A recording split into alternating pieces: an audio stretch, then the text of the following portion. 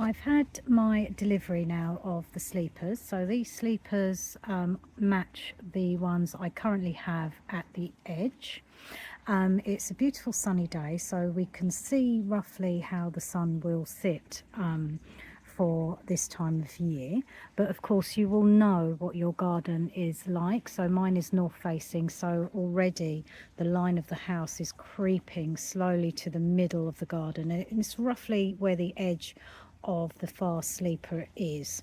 Now, and in a future video we'll talk about obviously what plants I'm going to plant here, but it's important that you think about where you're placing your borders and what you're going to fill these with. So I do have a lot of herbaceous plants, so those ones die back in the winter. So really and truly they don't need any sun in the winter. So I won't be planting anything that needs winter sun. So these sleepers are 240 millimeters, so that's 2.5 meters, or 2 meters 40, and I could leave them like this, but that wasn't the original plan. I do think that this entrance here might be too short, so I will have to cut the ends just to give myself a really nice clear throughway.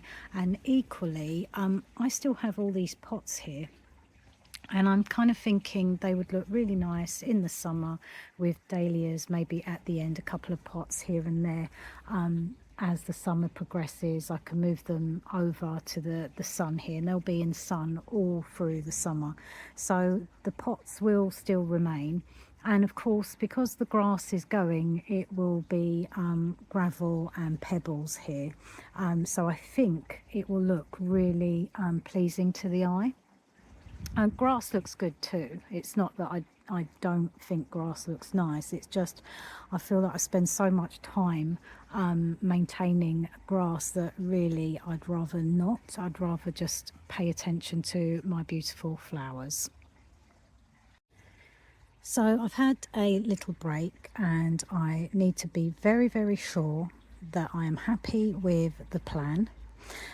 So I'll be taking 40 centimeters from the end here, which will mean that the walkway is 100, no, it's 2 meters in the middle, which I think will be much better than having a small entrance that's currently there if I leave them like this.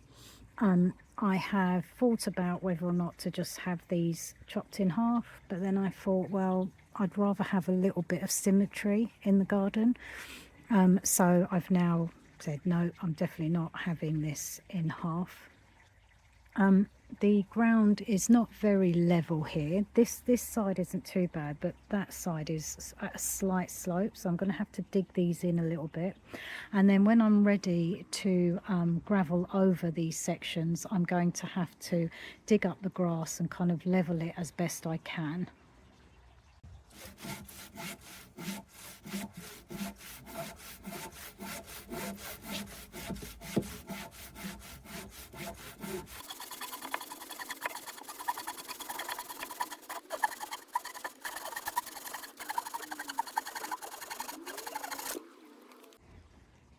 So I have finished cutting all the pieces. So we have 200 millimeters, that's 2 meters, and then across is 120.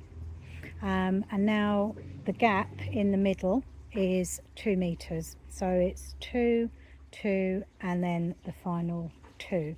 And I think that is quite a good bit of space. It also allows for better movement within the garden.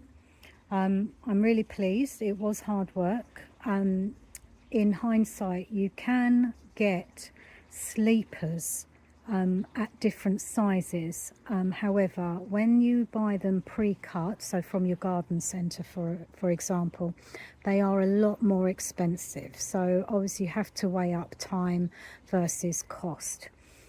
So the next thing I have to do is to dig into the ground just to level off the pieces as much as possible. That far one here has got quite a little bit of a slope, and this one here doesn't have much of a slope, but it does have a very slight slant, but one that I think I can live with, I think.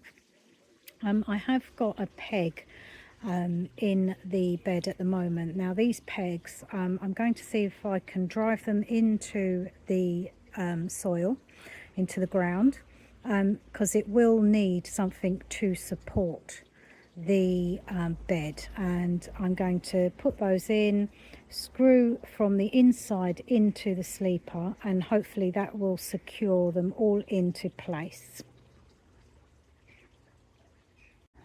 So remaining, I have 3 full-size sleepers and then 4 small sections of 40 centimetres each one. I just left them like this because I've called it my contemplation bench for now, until I have decided on my next steps. So I'm now filming the next day. I have placed the pegs in here on each corner. As you can see, they're screwed in nice and tight, and that has firmed everything now in place all the way around. In the bed here, I have taken up some of the grass and leveled it off. You can see from my garden there is a slope going down, and the water in the winter when it rains just keeps this whole area a bit quite boggy, because the rain will run off and then it would sort of stagnate in the middle here where there's a slight dip. In an ideal world, you would take all the grass up, you would level everything off, and then start the project after that. But I'm going to be doing this in stages, because if you do it all at once, you will have a lot of mess for a very long time, and you've got to be dedicated to go through that kind of upheaval in your garden. But I'm just going to take my time. I've done this now in 2 days, so on the Saturday and today's the Sunday. I have had breaks in between, so I will take my time with this. Now the next thing to do is I've got some weed suppressant here. This is a really good weed suppressant, a high grade horticultural weed suppressant, and I'm going to lay it inside. And that is because this grass is really tough. So I do think over time it might start to grow within the beds. And again, I don't have big weed problems in this garden, so I just want to carry that on. So you can see within, although I've cleared some of the grass here, you can see big bits of the grass poking through. It's the roots and everything is still there. So I'm going to now cover this over. I've laid the weed suppressant now in the bed. I have stapled along the edges, and that's just purely to secure it, so when I pour the soil inside it doesn't bunch in and start leaving gaps, because sometimes if you don't secure the edges, the grass could start growing underneath your beds. Now eventually I am going to be placing gravel on this area, but still you will have roots within the ground. So I like to try and garden as most effectively as possible, and I think that placing weed suppressant is a really good idea. Right, so I need to do the second bed now. So that's both beds now with the weed suppressant. So the next stage is to fill the beds. So I have a number of perennials that I'd like to lift and divide. So this far bed I'm going to do as quickly as possible before the autumn division window finishes. And then I'm going to place the soil from these pots that have my dahlias in, because we lift the dahlias over the winter, so the tubers come out and they're placed in storage. So that soil will be used as the foundation of this bed, and that will save me a little bit of money. So I do hope you found this video informative. If you'd like to join me for the next stages, please do click the subscribe button so that you're notified of the next posting. I hope you've enjoyed it. Please do tune in next time. Take care now. Bye.